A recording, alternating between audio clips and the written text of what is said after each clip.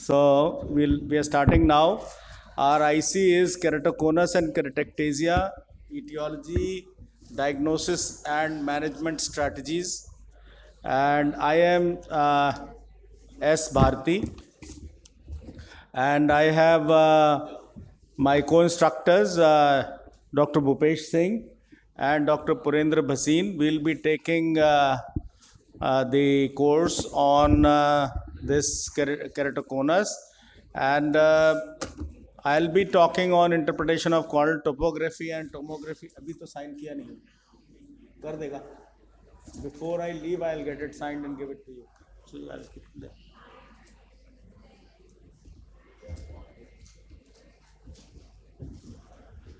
So we'll be talking about interpretation of corneal topography and tomography, and that will form the diagnostic criteria also of the keratoconus. And then the treatment, the first line of treatment will be corneal collagen cross-linking. And then Dr. Purendra Bhasin will talk about phakic IOL in keratoconus. You have heard phakic IOL in all other situations.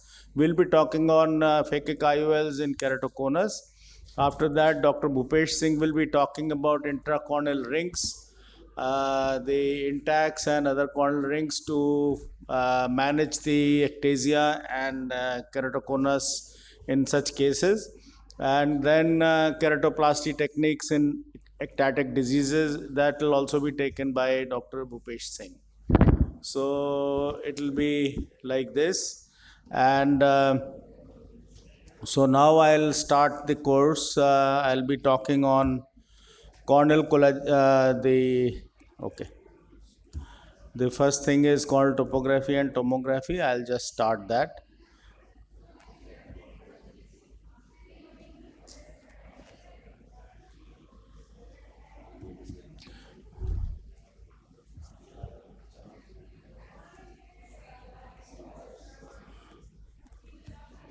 So basically, we'll be talking about corneal topography in relation to the diagnosis of keratoconus and tomography or in relation to the keratoconus diagnosis. Basically, and to stage the. Can someone close the door because there's so much of noise? Please, and this one also.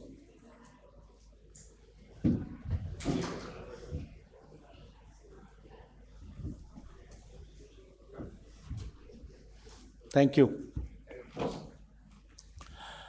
So as you can see, the topography is basically what we see like from the aerial view sitting in the aircraft. We can see the elevations and troughs in the earth. Like that is what is topography is, the areas which are above the sea level and the earth, and then the below the level, and that is what is topography, as to find out where the elevation is there and wherever there is a depression.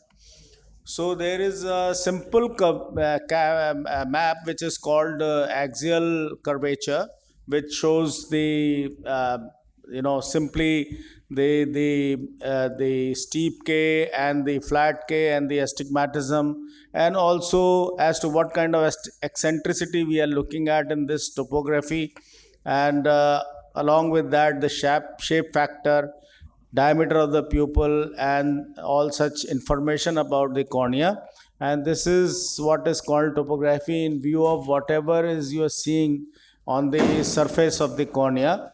And that is what is going to give you an information regarding the surface. So the initially what we started measuring the corneal curvature and such things was with the keratometer, and you can see the three types of keratometer, which was the two types of keratometer which were there earlier, almost 25 to 30 years ago. And the advantages of these things are that they were easy and they were very cheap. Simple convex mirror would catch the corneal topography, and but the problem with that was that it was only a 3 millimeter ring and 4 data points. So this 4 data points only there was so much of areas which are not measured but extrapolated. So that the only 4 points were measured, and then there was a map formed because of extrapolation of this extension of these parameters, and they assumed those paraxial optics and alignment of the corneal apex, visual axis, and this was more operator dependent because the operator was instrumental in getting these things centered properly, and indices may differ between the instruments. So then second thing which came into being was keratoscopy, which was first described by Cune, and then Henry Good started doing keratoscopy, and then Placido, which became the most popular design to form the topography of the cornea, the Placido disc. And also through the center of that Placido disc, we could take a picture and see what kind of irregularity we were looking at with the Placido disc, which actually projected 6 rings on the cornea, alternating white and black rings, and there was a possibility of seeing the vertical meridian, horizontal meridian, and the inferior steepening, and you could see that there was some areas which were not falling right in the center in the circular. So advantage was that it was very simple, handy, low cost and quick, but disadvantage was again the quality was very not fantastic. It was subjective. The central cornea was again missed because central cornea was the area where it was taking the picture from, and there was no record. You could only make a record of what you were seeing, but no such record as to what kind of picture you were getting, and the minor irregularities were missed totally, completely, and because it was a gross picture of the rings which were formed on the cornea. Still we use Placido's disc or something with similar to that for measuring the corneal astigmatism during cataract surgery and see whether the astigmatism is properly compensated or not. So the finally, what came into being was the Gullstrand started doing quantitative analysis of the captured image, and he created algorithms to obtain data on slope from the Placido disc image, and then this was called video keratoscopy, and this is what took us from a simple keratometry to a scopy where we could measure the anterior curvature of the cornea perfectly. The shortcoming is again data from the peripheral cornea were unreliable because this was only measuring central 6 millimeter. Elevation data were derived but not true, and this assumed fixed geometrical pattern and was not able to diagnose the irregular corneas, and inability to image the posterior surface of cornea was the biggest shortcoming, because ultimately we came to know and understand that posterior curvature of the cornea is the most important thing which goes wrong or irregular in cases where there is a corneal disease, and that is where the Placido disc and all the measurements which were taking into consideration only the anterior surface of the cornea failed to give us a proper information. And basically the other thing was that in all these devices there was a prerequisite of a healthy ocular surface. If the ocular surface was not healthy, it was irregular, it was a dry eye or something, then probably all the measurements were not correct, and we were still in the dark as to what is happening to the eye.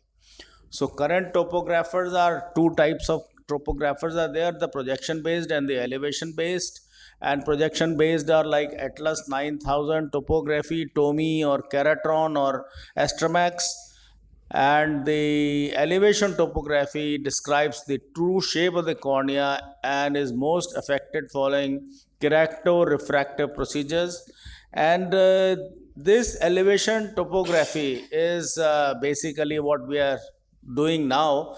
The slit scan topography, which were the earlier topographers like OpScan 1 and 2, And then the Scheimpflug imaging system came, which is the most gold standard as of now, like Pentacam and Galilei, and high resolution ASOCT with like Visante, which are there to give us the topography of the cornea in a better perspective. Now another thing was that we created a color scale. So the low or negative or posterior or flat or areas with a lower power or a flatter power were shown in blue colors. The green blue like water or sea, and the basic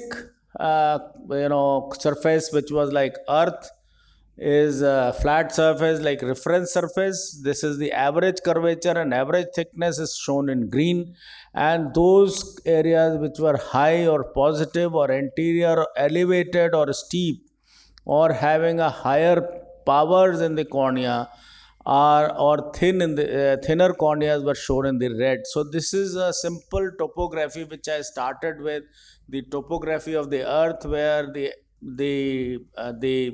uh, high areas or the mountains were shown in the red, and flatter areas with green like a jungle, and then sea was seen in the blue color.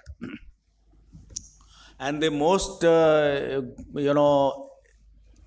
practiced scale was the Kleis. Stephen Kleis made this scale, which was from 28 to 65 and a half diopters, and was 1.5 diopter of equal step intervals.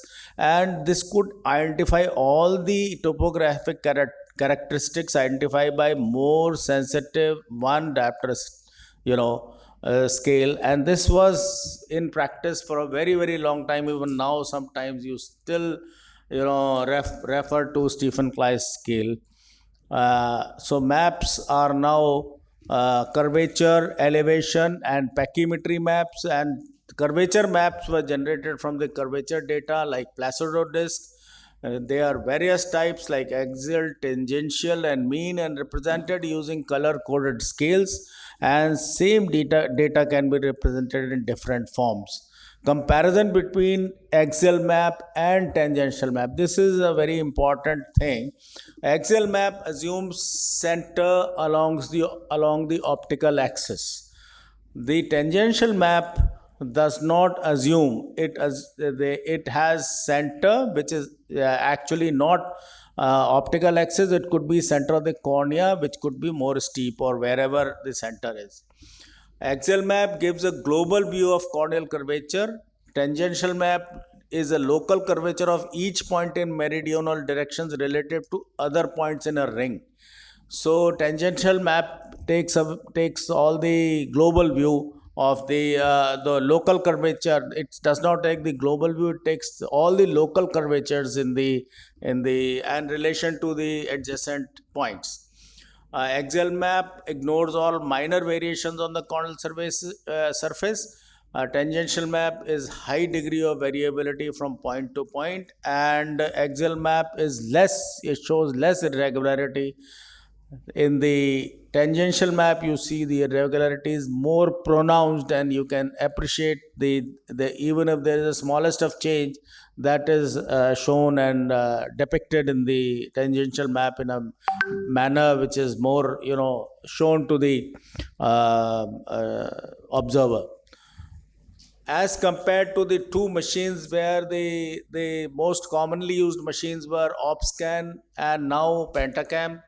And when we are comparing OpScan 2 to Pentacam, OpScan 2 is a machine which is now nearly obsolete.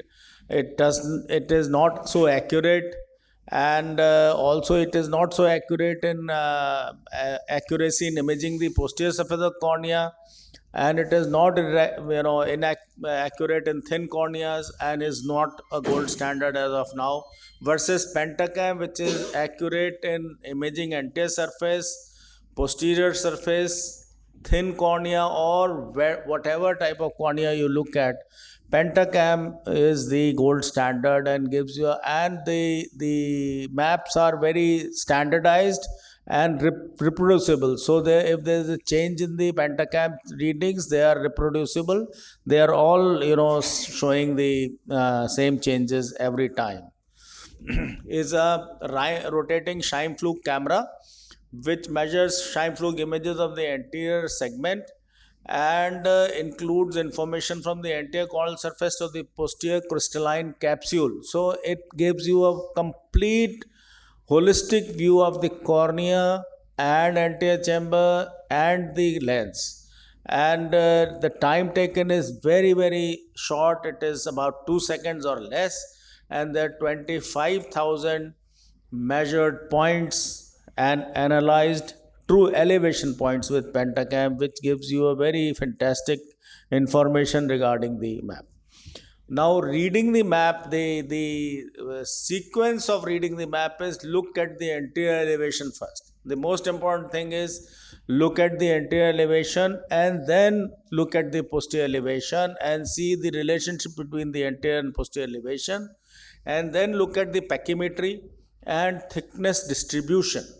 So there is a standard thickness distribution map which is there in the pentacam, the display, and if there is a thickness distribution is not in the within the lines which are there, then probably you have to be very cautious on seeing whether this is a normal cornea or not.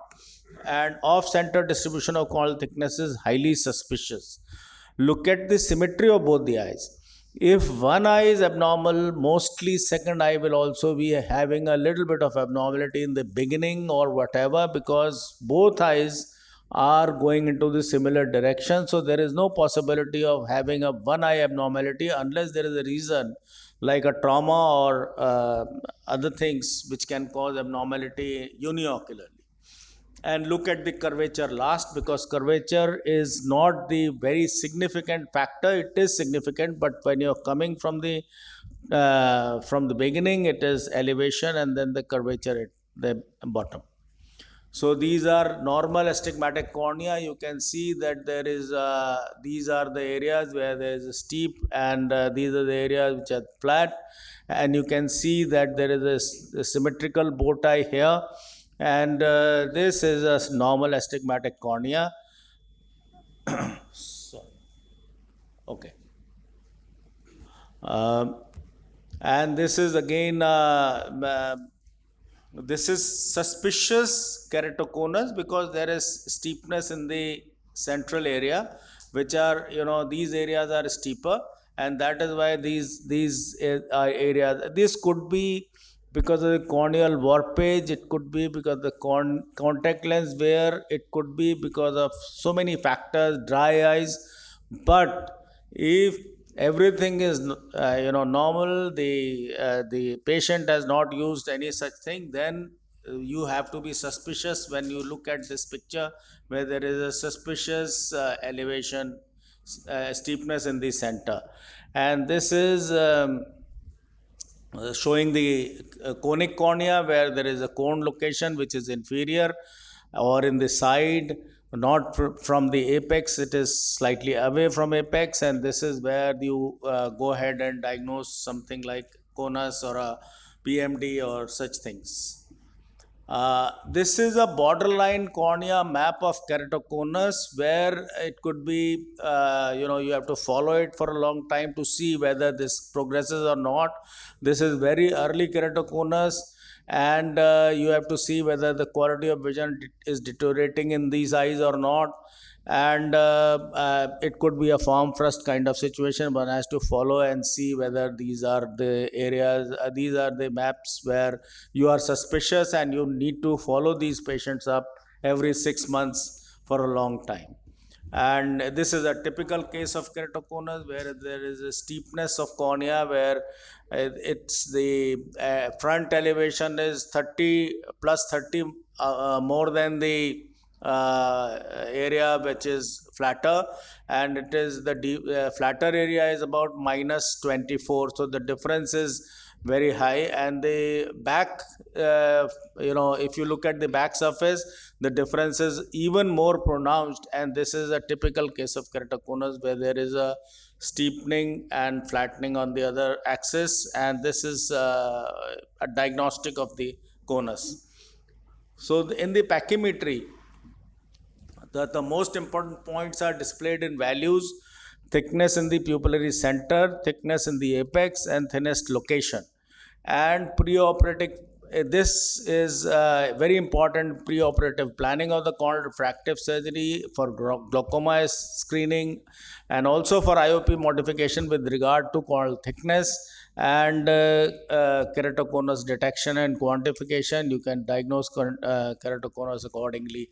And if this corneal thickness is 440 here and goes up to 660, so you have to see what kind of corneal thickness distribution we are looking at, and if that thickness is falling within the range, then otherwise it is in the center of the cone, then it is different, and then it has to be measured as to what kind of relationship to the apex of the cornea we are looking at. So there is a corneal thickness spatial profile, or corneal thickness values at the TP is determined, and average of thickness values of points within 22 imaginary circles centered on the TP with increased diameter at 0.4 millimeter steps are calculated to create the corneal thickness spatial profile like this. And this is an indicator, or this is a very good measure of the corneal thickness increment towards the periphery, and gives you an idea as to whether this patient is having a conus or not. And percentage of increase in thickness can be calculated for each position using the simple formula: is thinnest corneal mean corneal thickness in the ring, and thinnest corneal thickness divided by thinnest corneal thickness. So this is which gives you an idea whether you have a conus or not in these cases. And the post-LASIK ectasia, the pachymetric progression is abrupt in both the eyes, because the center of the cornea is been already ablated with the laser. So that is why there is a significant indication of ectasia in all these cases, which are very well documented and easy to define.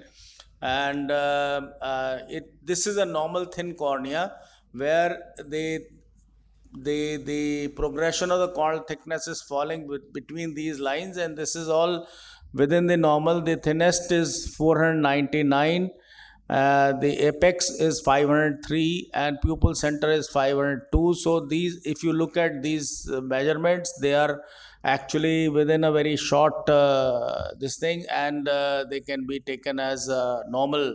These are all normal readings of the corneal pachymetry map. And an ectatic cornea, the thinnest local is 300 and whatever, 90 or 98, and apex is 420, and pupil center is 405. So you can see that this graph is falling much below the range which is shown as normal, and that is why this is a case of ectasia in these cases. And these are the cone areas which you can observe and appreciate. So this is another this is a Fuchs dystrophy, where you see there is corneal thickness is increasing because of the Fuchs dystrophy and the endothelial cell deficiency. And because of that, there is this thickness increases in the periphery much more than actually what is actually normally seen. So the red line is falling beyond the black lines which are there within the normal range. And this is a thick cornea with abnormal corneal thickness progression, but still within the normal limits. Little bit of it is going away, but still falling within these three lines. So this is fine, and it is not actually a diseased cornea in these cases. Now another thing which is important is enhanced ectasia display. And the original display, the Berlin-Ambrosio enhanced Dectator display software showed both anterior and posterior elevation data relative to a standard best fit sphere calculated at a fixed optical zone of 8 mm. The second component of Berlin-Ambrosio enhanced Dectator displays is a comprehensive pachymetric evaluation, and average progression index is 0.5, less than 1.2 is normal, and more than 1.2, if there is a progression index is more than 1.2, it is ectasia. The shape of the curve, the thickness profile, and percentage of thickness increase gives additional information. Flat curve may be a normal cornea, but watch out for endothelial disease like Fuchs or Gutte. And steep curve could be ectasia or ectatic susceptibility. Flattening in the periphery only is ocular hypertension.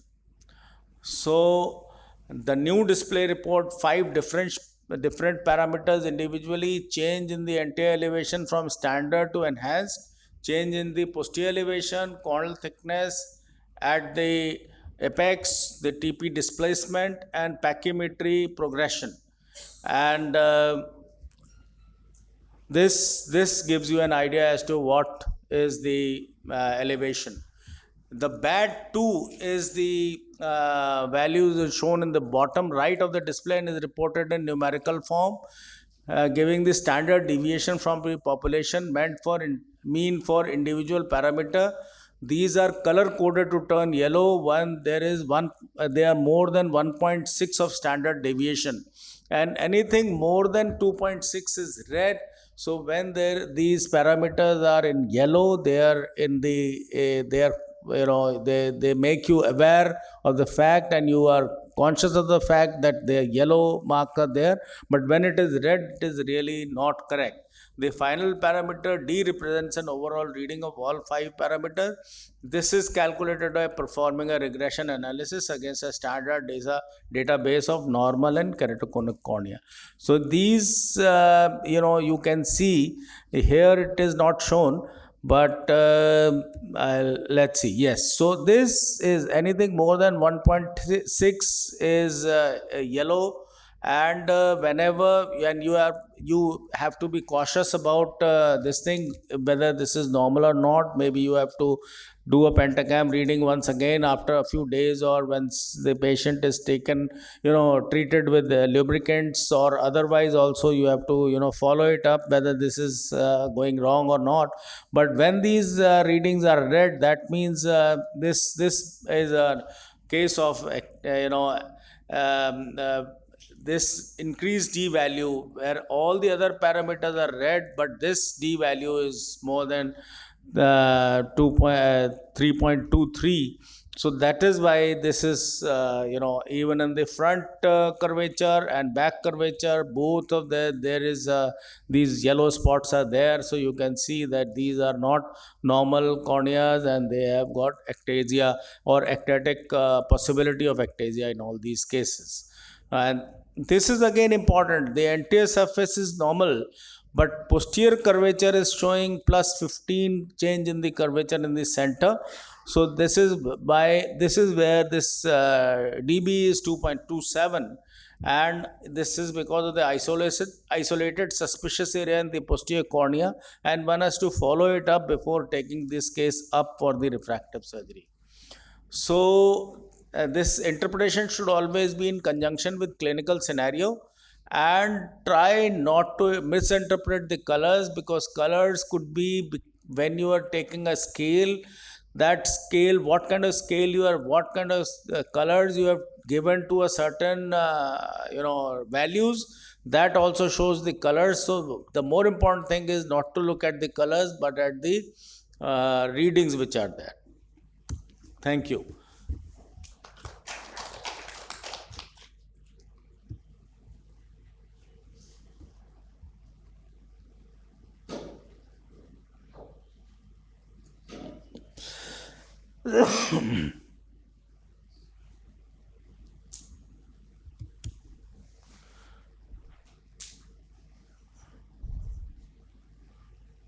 So I'll be talking about the corneal collagen cross-linking as well on the same continuation. And corneal collagen cross-linking seems to be the best bet for the treatment of corneal ectasia, primary or secondary, whatever kind of ectasia we're looking at, we have to see. And this is the original method of therapeutic corneal cross-linking was developed in Germany in 1998. The Dresden Protocol involves the use of UVA light and riboflavin to form bonds between collagen. And although the exact mechanism is unknown, it is believed that riboflavin causes the release of oxygen radicals that in turn induces an oxidation to create new cross-linking bonds and makes the cornea more stiff and not, amenable to any more ectasia after that. So the mechanism is riboflavin activated by UVA, reaches the active triplet stage, releases free radicals or oxygen reactive species to surrounding stroma, and this causes hydrogen bond or cross-linking among amino acids in collagen fibers in intra and interhelical levels and intermicrofibrillar level, and this causes the stiffening of the cornea. And this has to be done after the epithelial debridement. And riboflavin, depending upon what kind of riboflavin you want to use, 0.1% or 0.2%, and 3 milliwatt for 30 minutes of UVA radiation.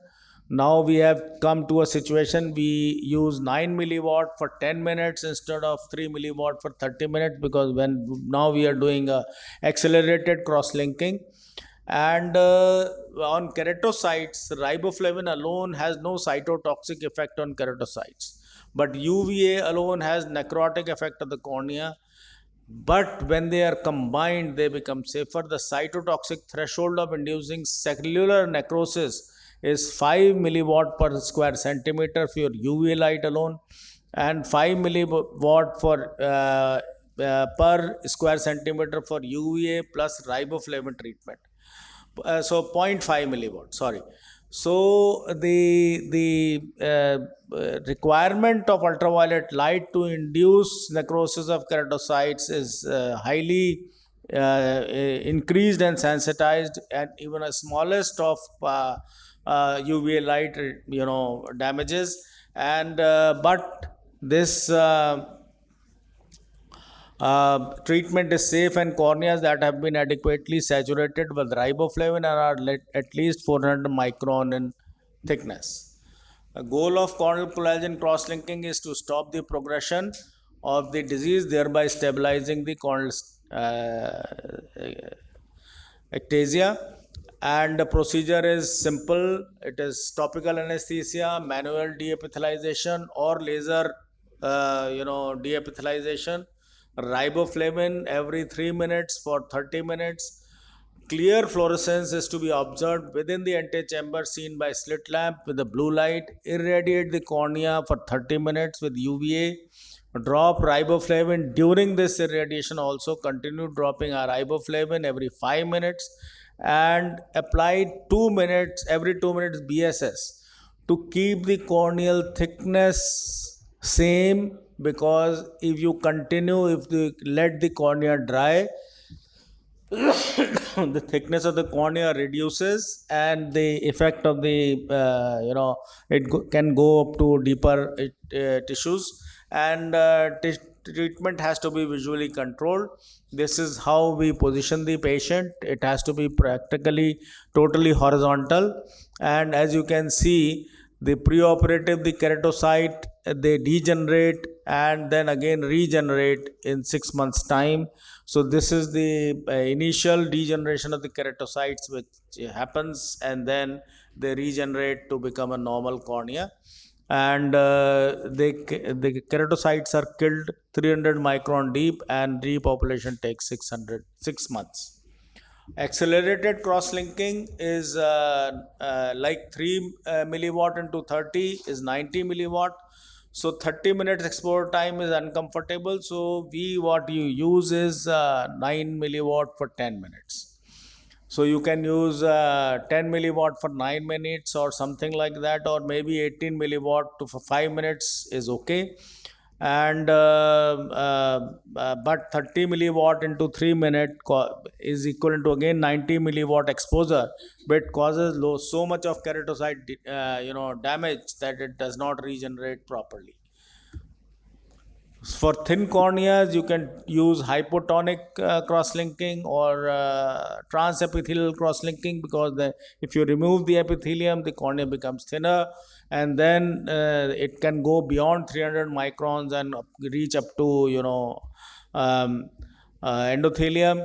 The contact lens assisted cross-linking or smile lenticule assisted cross-linking, where you put smile lenticule or a contact lens impregnated with riboflavin on the surface of the cornea and then expose, so that the penetration of the ultraviolet light is not going up to the endothelium and it is remaining within the stroma, so that there is no damage to endothelium because of the ultraviolet, because that is irreversible kind of damage. Okay, so I have to attach the charger, otherwise this will shut off.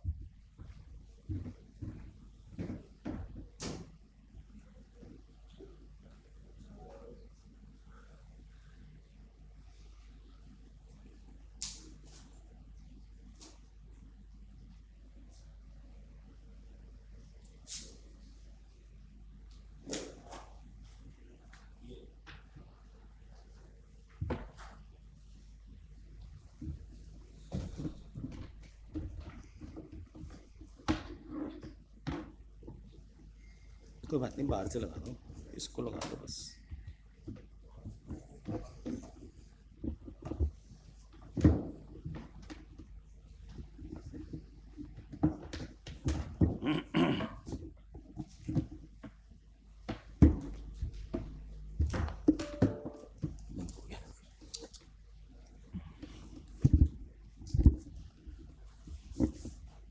Go forward. For a hypotonic, we can use it in about 320 micron cornea, and transepithelial is not very. I would not suggest. Efficacy is not much. It is only 25% efficacious as compared to normal cross-linking, and epithelial removal is necessary. And a study used immunofluorescence to conclude that for diffusion of riboflavin throughout the corneal stroma, the epithelium should be removed as an important initial step in the treatment. Contact lens assisted cross-linking, I have already discussed that. When the corneas do not swell enough to make hypoosmolar cross-linking possible, contact lens assisted cross-linking can be done. And the thickness of the cornea is artificially increased by increasing amount of riboflavin containing substance entered to the stroma, and this is where the impregnated contact lens is put on the cornea, and then it can be, after that it can be exposed to the ultraviolet. And combined cross-linking with Intacs, we can take it at a later point in time. So I'll stop here, and I'll ask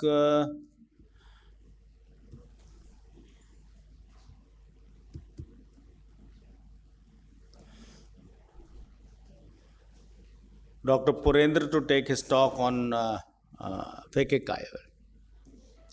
After that, we'll be left with intracorneal rings and keratoplasty for the treatment of keratoconus.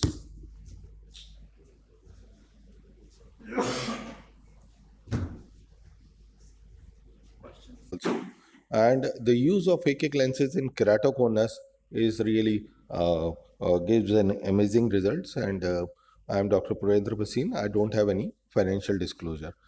So phakic IOL or the ICLs are a special kind of intraocular lenses which are placed in front of the natural lens of the patient to treat myopic, hyperopic or astigmatic refractive errors.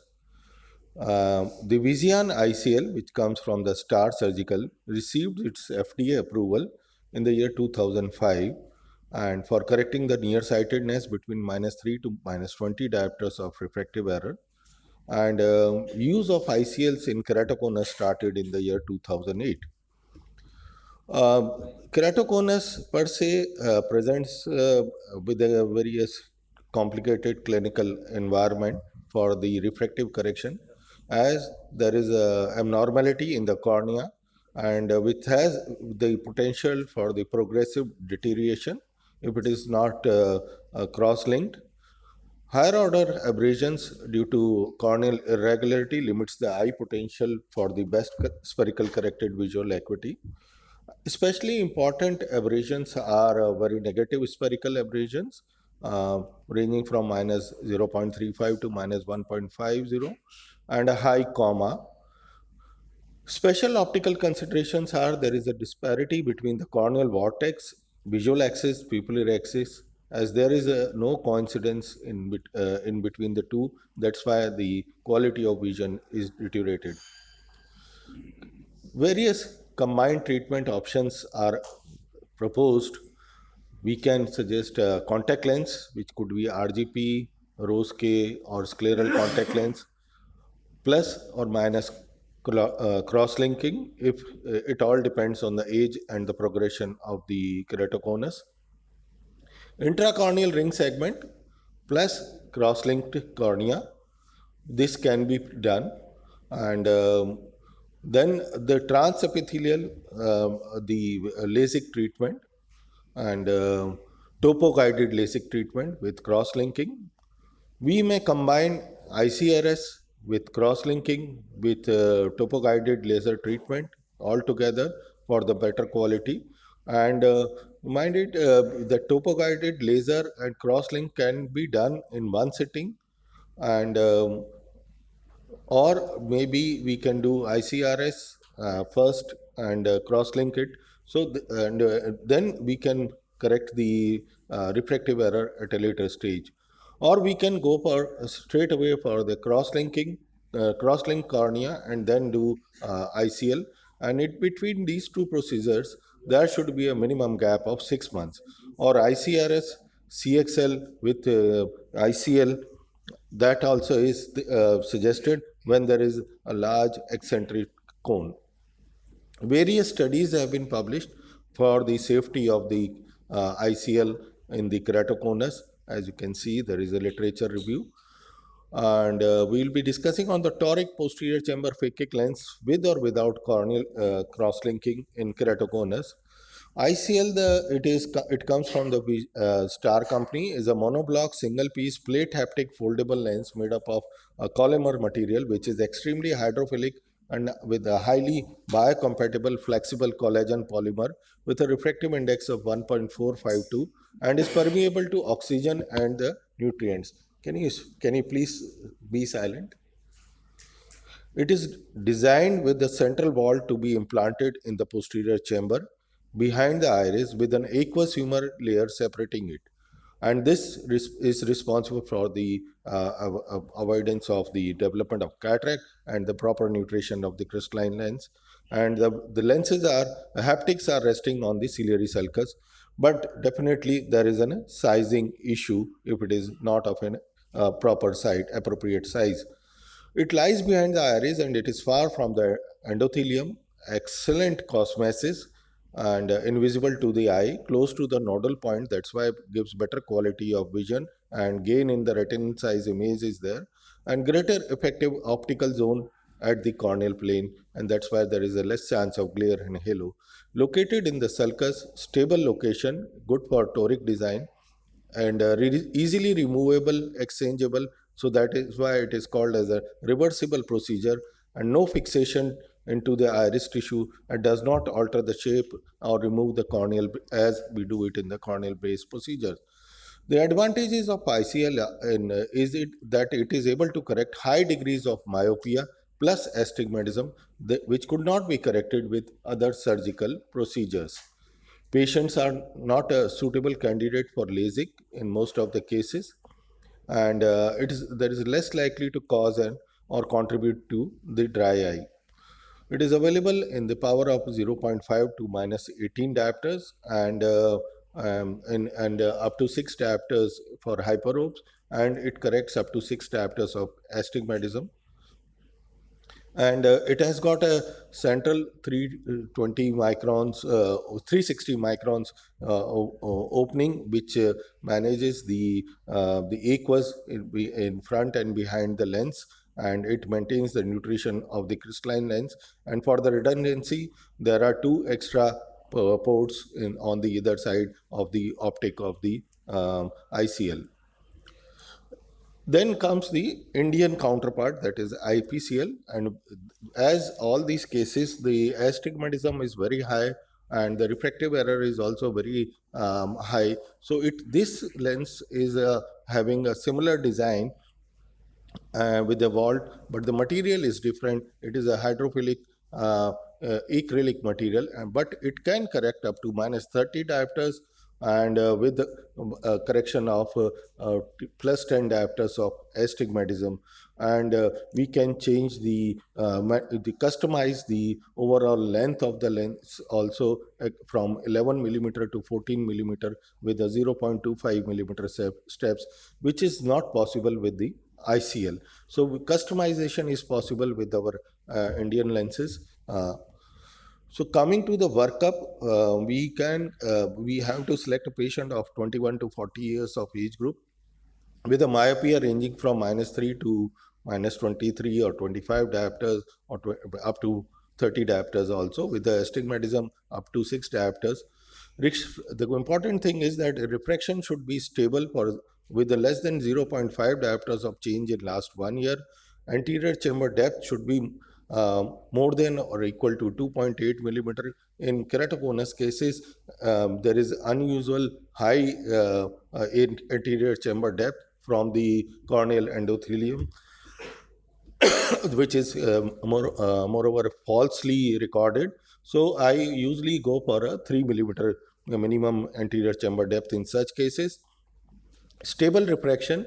The patient should have a best corrected visual acuity of at least 20 by 50 with no previous ocular surgery, normal intraocular pressure, and open anterior chamber angles. The peripheral retina should be normal, or it should be treated with by laser photocoagulation when it is necessary, and the patient should not have diabetes or other systemic illnesses.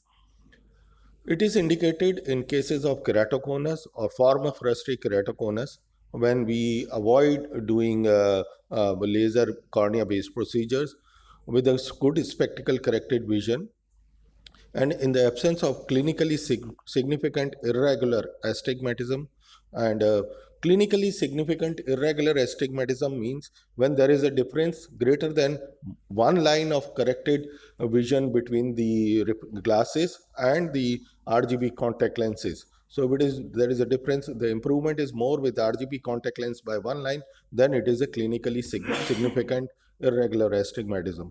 Relative indications are in keratoconus after we have stabilized the keratoconus by CXL, and or in cases where we have DIALC or PKP. In such cases also we can rehabilitate the residual refractive error by using the ICL.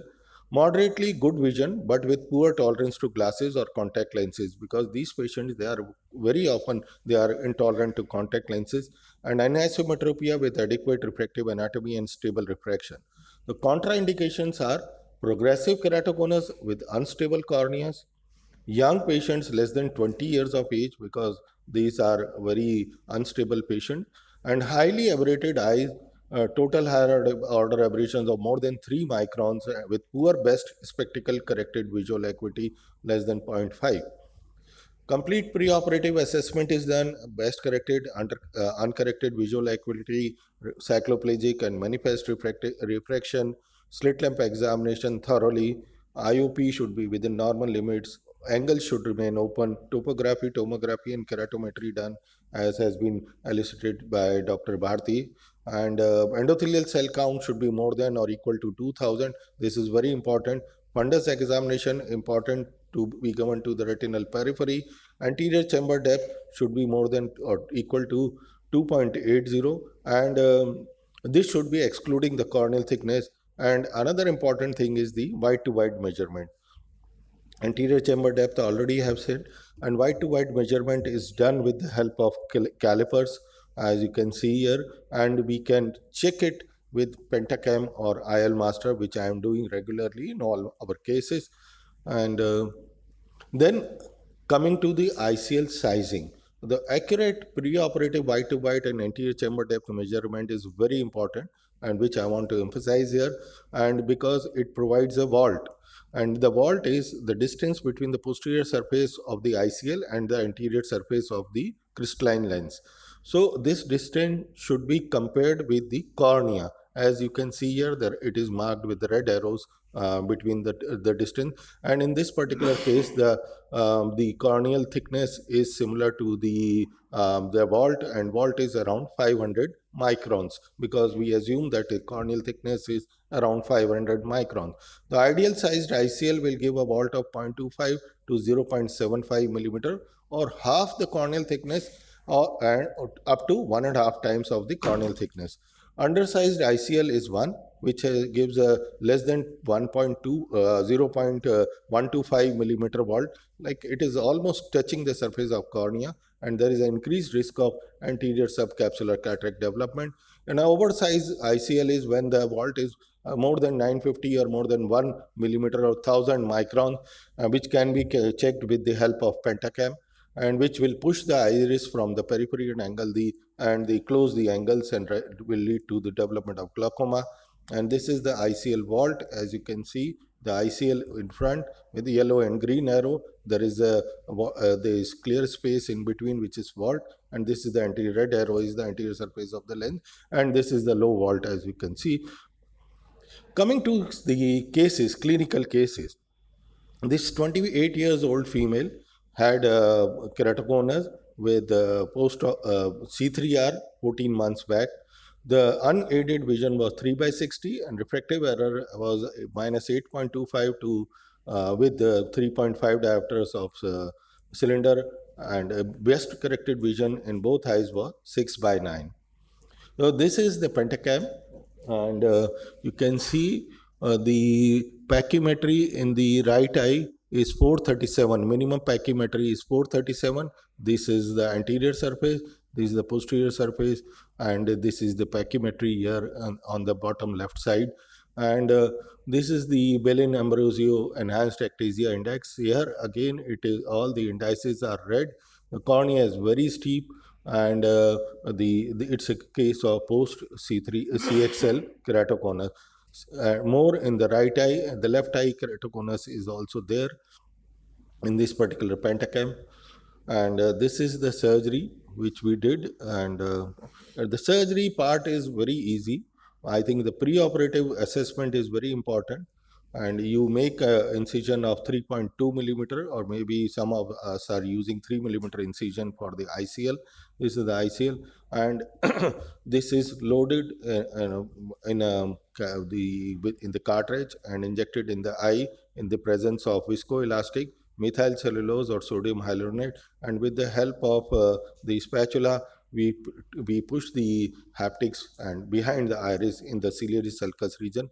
This is being a toric lens, so we align the lens in the axis which intended to be implanted, and this is very simple. It hardly takes 2 to 5 minutes for completing the surgery. And the post ICL, toric ICL, the vision which patient received unaided was 6/9 part at 25 days, and at 2 months both the eyes the vision was 6/9 and 6/9. So this is the excellent result which we get, and the results are predictable in majority of the cases.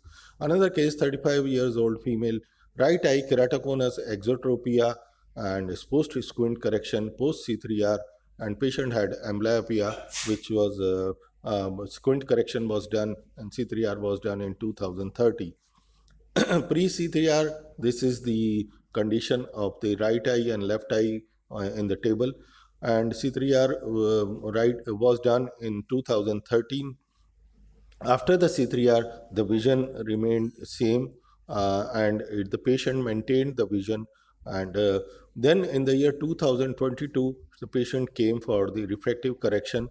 The pachymetry in the right eye, as you can see, the pachy in the left bottom graph, axial graph, is that it is back surface is very steep, and the thinnest corneal pachymetry is 433, and the 55.8 is the corneal maximum K reading. And this is the left eye. Pachy in this eye is 518. So we could maintain and save the vision of the left eye to 6/9.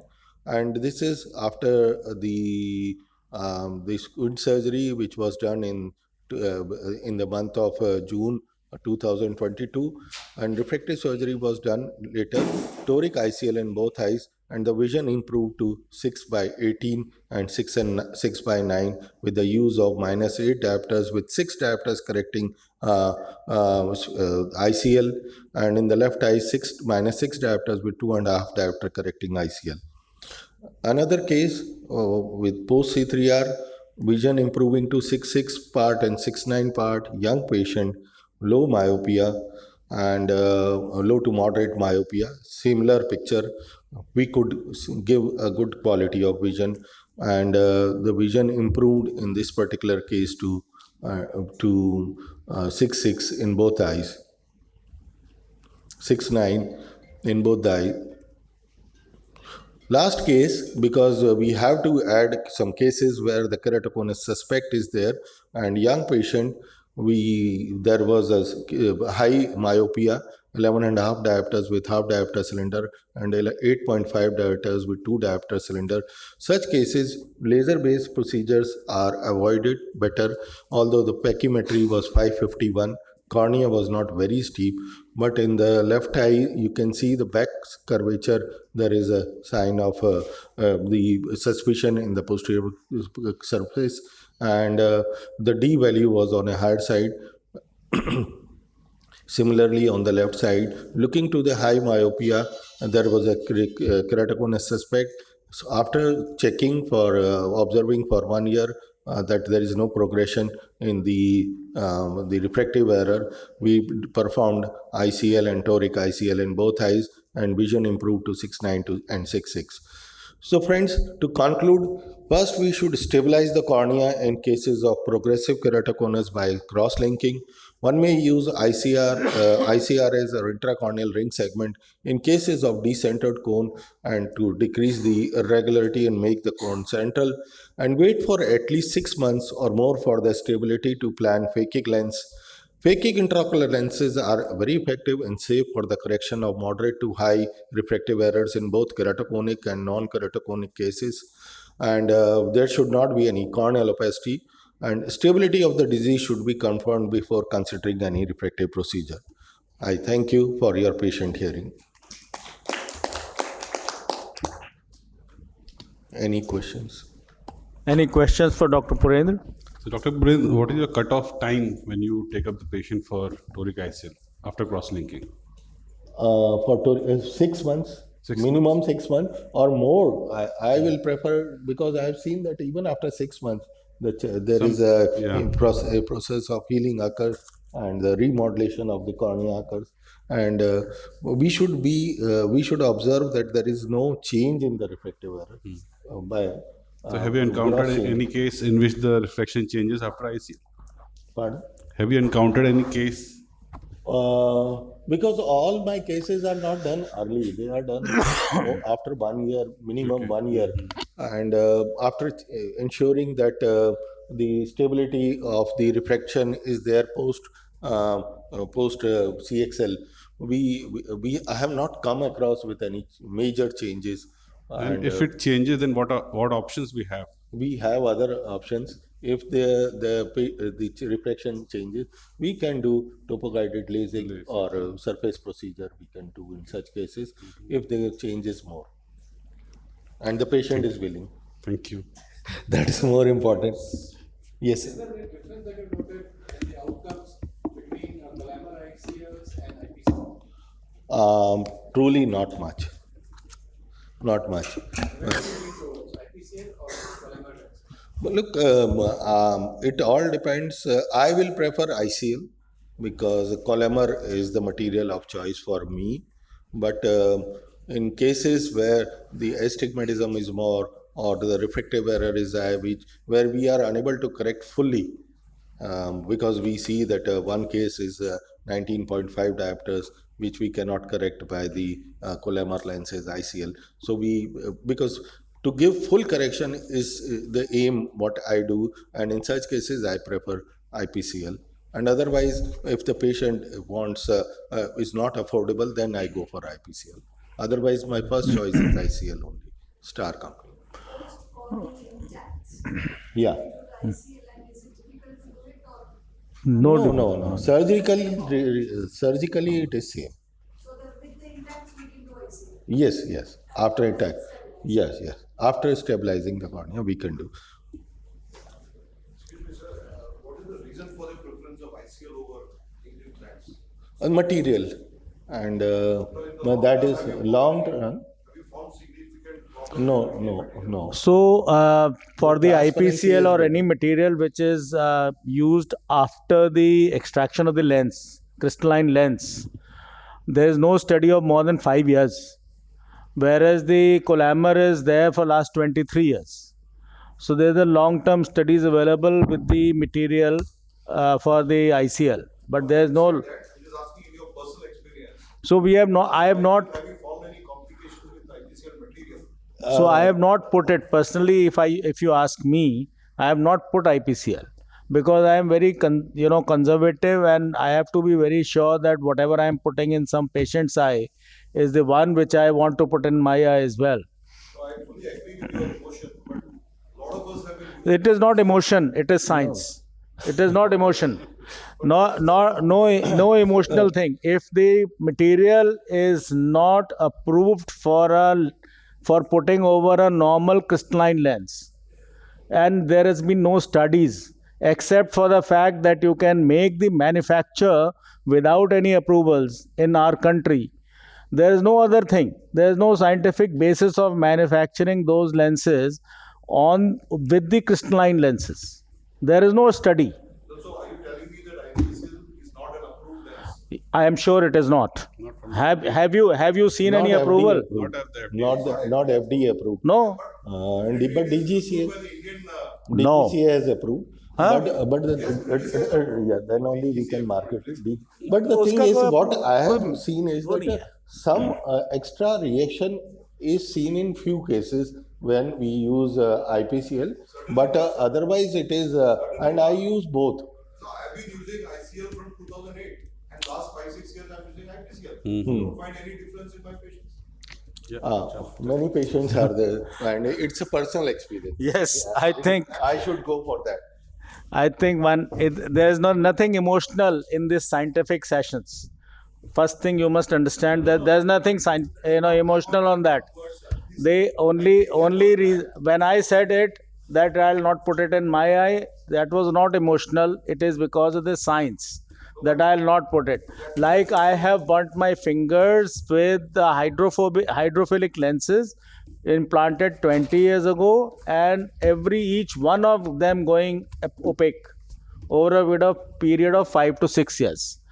And I have explanted many such lenses, not less than 50 or 100, I am telling you. So hydrophilic material, over a period of time, I don't know what is going to happen. And you are putting it in an eye which is young, in the age group of 20 to 30. So that you have to be very, very, cautious and careful. And, you have to be giving that kind of care to the young patients. Have you not found any difference between ICL and IPCL? You have that point of view. I do always start just like him. Yeah, no, I haven't found anything. You haven't I haven't found found in the anything. AC reaction. Nothing. I mean, absolutely. How many have you done the ICL and how many IPCLs have you done? Well, Where? ICL, I don't know, from 2008, and they have done over 1,000 ICLs. 4,000. Yeah. I think IPCL, I'm not talking about IPCL, I'm talking about Indian brands. Yeah. So what I'm trying to say is that why should we have something negative against Indian brands? Absolutely. So IPCL. Now you are being emotional. When you say not Indian, now you're being emotional. It is not science. Certainly, sir. That is not science. Have any emotion about India. Yeah, yeah. No. You have to be science. I think We have to stop this and we start with the session. discuss it later. Why should I not be emotional about India? Good. And we'll start with this session, please. Thank you. Good afternoon, everyone, and I'll be speaking on intracorneal rings in keratoconus. So, intacs are arc-like polymethyl methacrylate intrastomal corneal ring segments that are surgically inserted into the deep corneal stroma to flatten the cornea. Intacs come in different sizes, and potentially many different combinations can be used to flatten the cornea and reduce astigmatism. Coming to the principle of intacs works on the principle of arc length shortening, which means that the outcome of the intacs is directly proportional to the thickness of the implant. The thicker the implant, more will be the flattening. They come in two shapes. One is a regular intact ring, other one is a steep rings. There is some technical specification difference between these two rings. Like regular ring is a hexagonal transverse shape with external diameter of 8.1 and with the inner diameter of 6.7 millimeter. And it comes in a steps of 0.5 increment from 0.25 to 0.45, whereas SK rings are overall oval cross-section ring with the outer diameter of 7 and inner of 6 millimeter, and it comes from the sizes of 0.21 to 0.45 and also same 0.5 increment.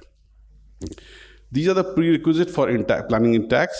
Patient has to have clear central cornea. He has to be contact lens intolerant because contact lens is the first choice in these cases. The steep case should not be more than 58 diopters because above these the corneas are usually thinner and the results are unpredictable. And the pachymetry in the location of intacs should be more than 450 microns. So these are the essential parameters for planning intacs. Location of cone we have to look for, mean refractive spherical equivalent, the mean K value, superior inferior asymmetry, steep axis, and thinnest point in 6 millimeter zone. So we'll take one by one. The first is a location of cone. So how to locate a cone? So cone can be either central or decentered cone.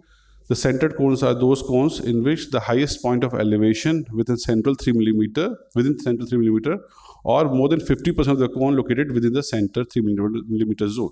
For example, this is a well-centered cone. And decentered cone, the location of highest point of elevation is outside the 3 millimeter zone. For example, in this case, this is the highest point and it is outside the 3 millimeter zone. Or more than 50% of the cone is outside the 3 millimeter zone. Then it is called decentered cone. The next is mean refractive spherical equivalent. This is very simple. Everyone know how to calculate it. Full spherical with 50% cylinder gives you the spherical equivalent values. And there is a nomogram in which you can see how much is the spherical equivalent and you can choose the ring accordingly. Like for example, in this case, -7 with -4, which is -9 diopter of spherical equivalent, and more than 8 diopter. For more than 8 diopter equivalent, you have to go for 0.45 regular ring or 0.45 SK ring.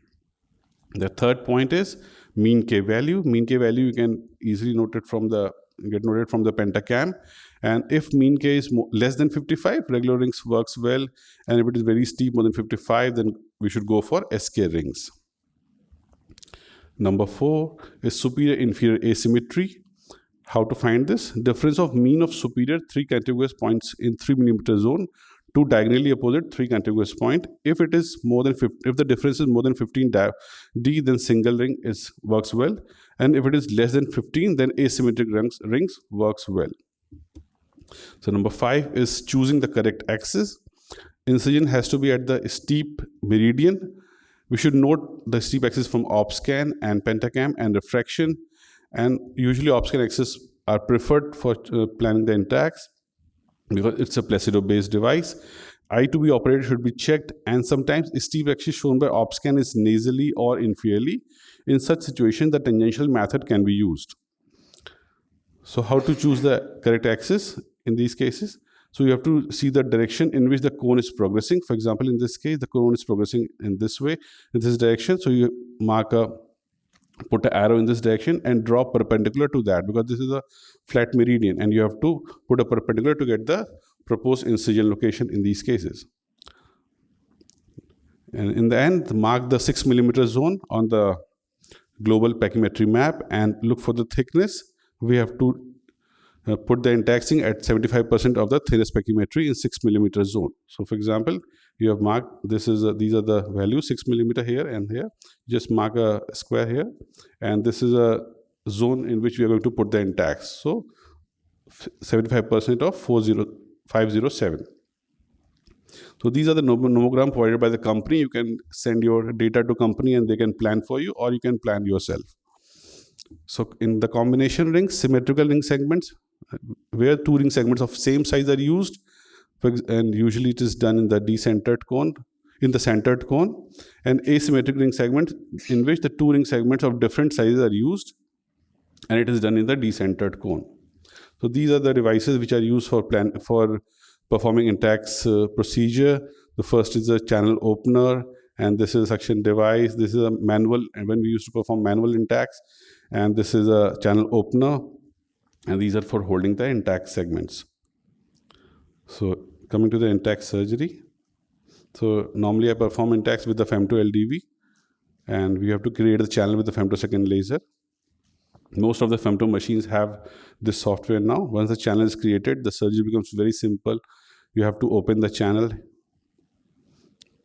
So usually the cut is on both the sides, so you have to open the cut on the one side only. You go perpendicular to the cornea, vertically, open it, and then start inserting the ring. We have to be very careful because chances of slippage of intact ring is very common, and these are very costly rings, so you cannot lose it. And so just keep inserting, go up to the end of the channel, because chances of extrusions are there. Same procedure on the other side.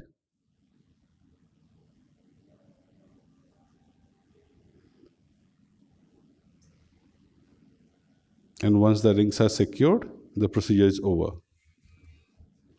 So these are some of the cases in which intact rings have been planned.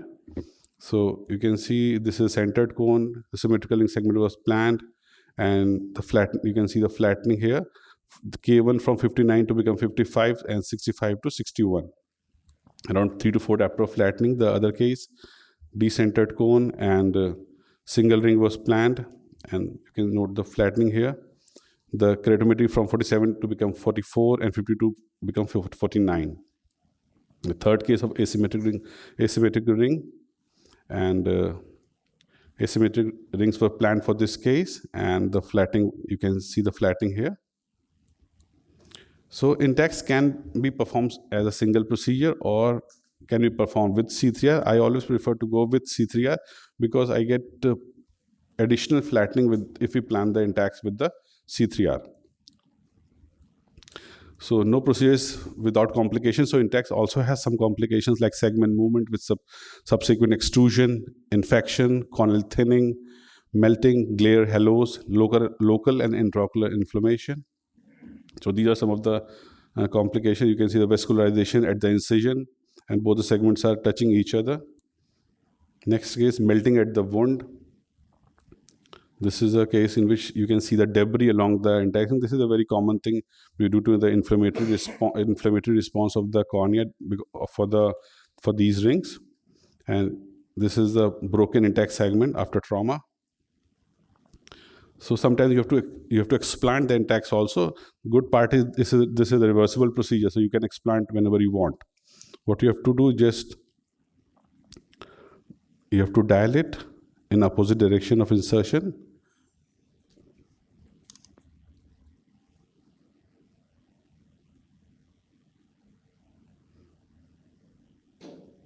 Then explantation is done. So if you don't get desired result, or the result is opposite what you are trying to get it, so you can explant one or both the rings. So people have also started using KR segment, that is corneal allogenic intrastromal ring segment. So this is a new innovative technique in which instead of using plastic ring segments, they're using donor corneal tissue strips are inserted in mid-peripheral zone of keratoconus cornea to cause its flattening. These segments are more biocompatible and less rigid in comparison to plastic ring segments. As these segments integrate well with the recipient's cornea, so reversibility could be an issue in a long term. So you cannot remove it because it will integrate with the patient's cornea. So in conclusion, Intacs has proved its efficacy in the management of keratoconus. So proper case selection is very important. Intacs not only improve visual acuity, it also makes contact lens wear more comfortable. So because it induces flattening, so fitting is very easy after this. And finding the best nomogram for your patient is always the challenge. Thank you. Thank you. So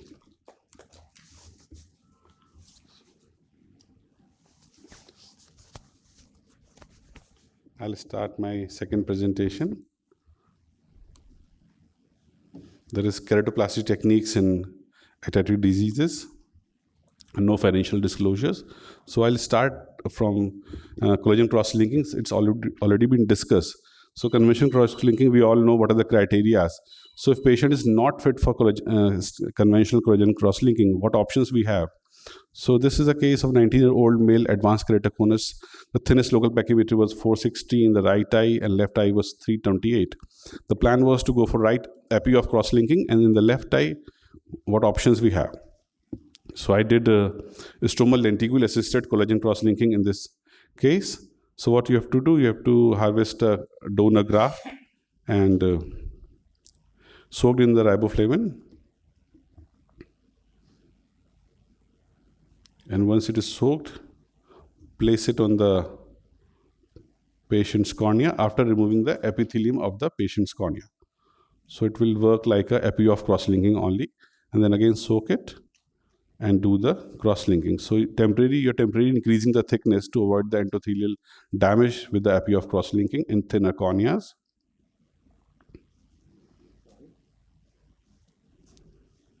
And once the procedure is done, just throw the donor tissue. So this is case 2. This 18-year-old male Down syndrome patient. And this patient has a right eye corneal hydrops scar and left eye thin cornea was around 340 micron. So the treatment plan was to go for right eye keratoplasty and the left eye. Should we wait for hydrops to occur or we can do something for these cases? So what I perform in my case is a stromal addition keratoplasty, in which we make a stromal pocket at the depth of around 150 micron with the femtosecond laser. And then you have to dissect the plane, open this pocket. It's similar to a SMILE procedure.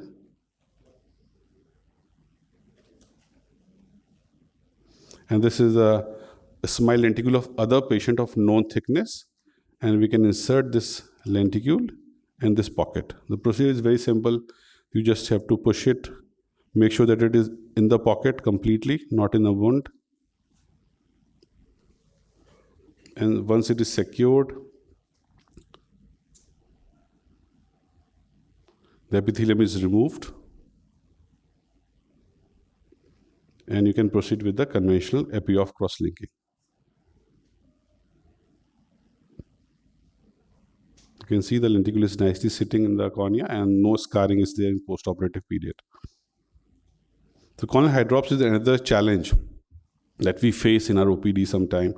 So the management of corneal hydrops is conventionally we used to put sutures, then we shifted to C3F8, and now I'm shifting to C3F8 with suturing in most of these cases because it works very well. So this was a 19-year-old girl referred to me and after air injection, but the swelling didn't resolve. So I did the OCT. You can see there is a cleft persisting in this case after C3F8 also. So what I plan is combine intracameral injection with compression sutures. And literature has shown that if you go with the C3F8, it is better than air. But literature also shows that if we combine with suturing with C3F8, it will be better than C3F8 alone. So recalcitrant cases, bigger cleft, suturing is better technique than C3F8 alone.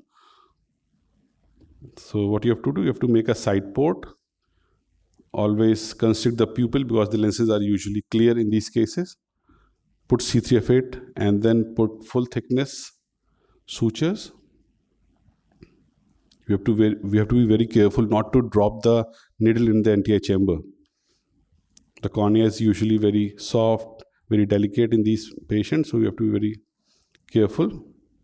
And suture has to be very tight because once the fluid will come out, the sutures will become loose. So you have to put a very tight sutures so that it will stay in the cornea for some time.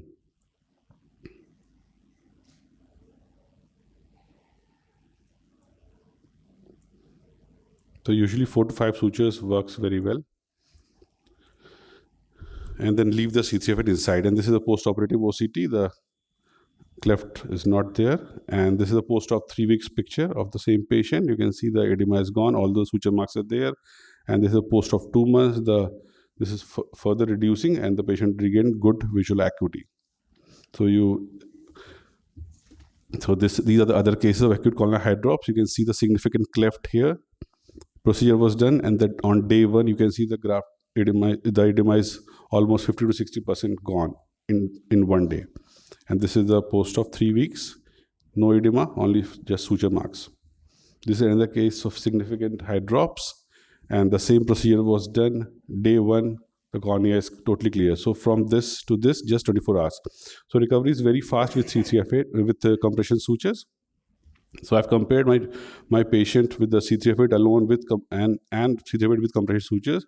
So with C3F8 alone, it usually takes 2 months time to resolve the edema completely. But with compression sutures, it don't take more than 2 weeks for complete resolution of corneal edema. But in cases with corneal scar, where the hydrops is there, it was perforated, so chances of getting DALK is very difficult in these cases. So PKP is a standard of choice in these cases when you know it's already descemet membrane is already ruptured. So PKP, only one thing we should know that the graft and the host size is same in keratoconus keratoplasties. That rest everything is same. So with the femto, now we can do femto keratoplasties also. So because it can perform the incision at any angle, at any depth, and you can design any shape. So we'll skip these slides.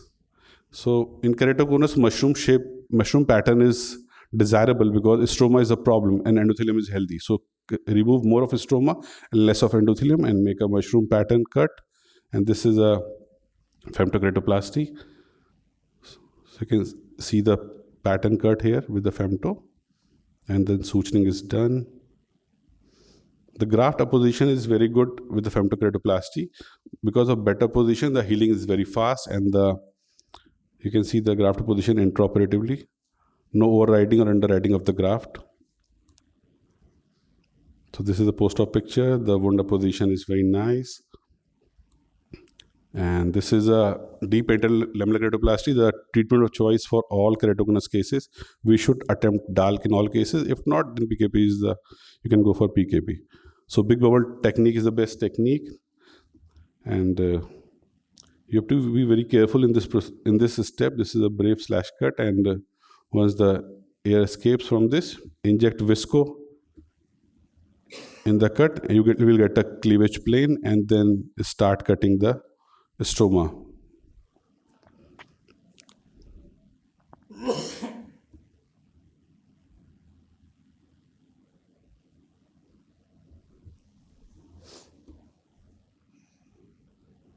And once the stroma is removed, the graft is sutured.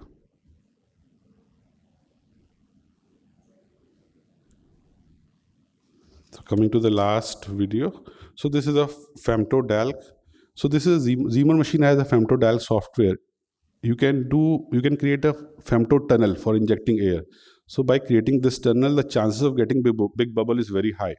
So this was the most challenging step of performing DALK, and femto has made it easy for us. So just create a tunnel of desirable length, width, depending on your cannula size. Once you create the length tunnel, and then you have to remove the stroma cut by the femto. And you can see the tunnel here, and you have to inject with the 4-glass cannula and inject air, and you will get a good big bubble.